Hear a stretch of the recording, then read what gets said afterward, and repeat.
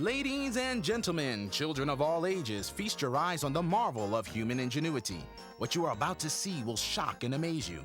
Introducing the world's first inflatable church. In many ways it is. I created the inflatable church because it's a fun thing for kids. Michael Gill is the mastermind behind this inflatable house of worship, designed as a fully functioning church building. If you want a bouncy castle, go to your local manufacturer, because that's not, yes, I can sell you a bouncy castle, but that's really not what my interests lie in. I like to break ground and create something that, will wow people. And that's what people want. Michael's desire to wow people started early in life, growing up in a depressing inner-city community in England. My perception is when I was a kid, if someone stuck an inflatable on the grass, then it would be like the Pied Piper, High war wouldn't be able to stop me from running down, and all the kids, we would run as fast as we possibly could to go down and see what was down there for us to destroy, because that's the sort of age we was. Back then, there were not too many inflatable designs available to Michael and his friends. Instead, he hung around the rough streets of the ghetto. But for children and adults today, this talented designer has created some fascinating and mind-boggling designs that act as a magnet wherever he sets them up. Kids associate with it. That's the beauty of the thing, and that's the fun thing. We're not serious here. I just want to try and change and create a platform. And I think you couldn't create a platform that would create kids to be interested, like the Pied Piper. You can go to any city and have the kids run to you.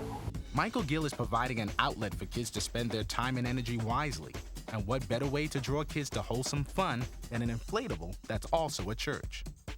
We've recreated an altar, inflatable, with an inflatable cross, inflatable pews, an organ, an inflatable organ with the things. Kids come in and want to play the organ, and it's just that whole fun environment, but using the church as a castle for them to play around it.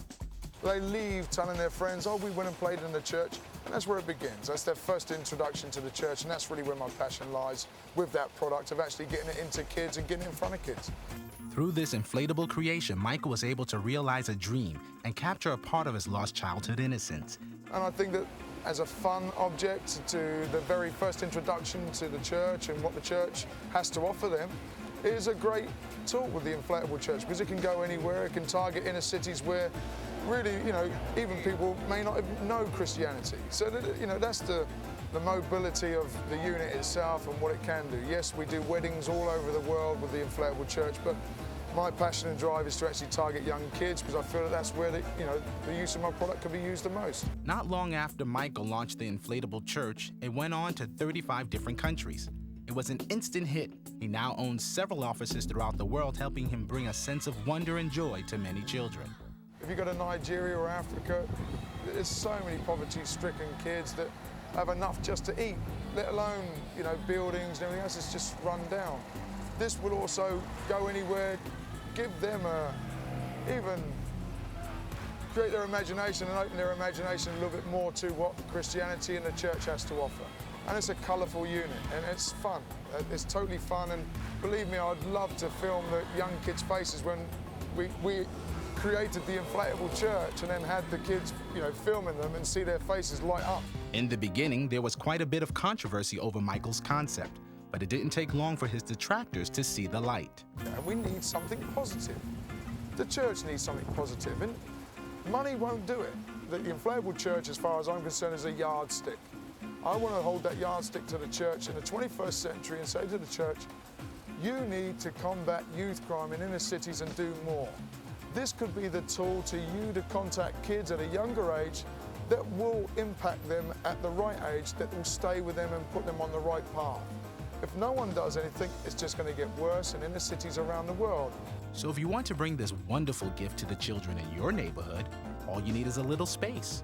The inflatable church is 47 foot high, it's 47 foot long, it's 25 foot wide. It has no floor, so if we pitched it on the sand, on a beach, or on a grass in a field, that's what you walk on. You also need a little time. Once it's in position, it takes no more than 4 or 5 minutes to totally inflate the object. And we can pack it away within about half an hour. But you may also need a little more in your bank account. Within UK pound, it's £21,750. Michael Gill wants to continue putting smiles on the faces of children everywhere.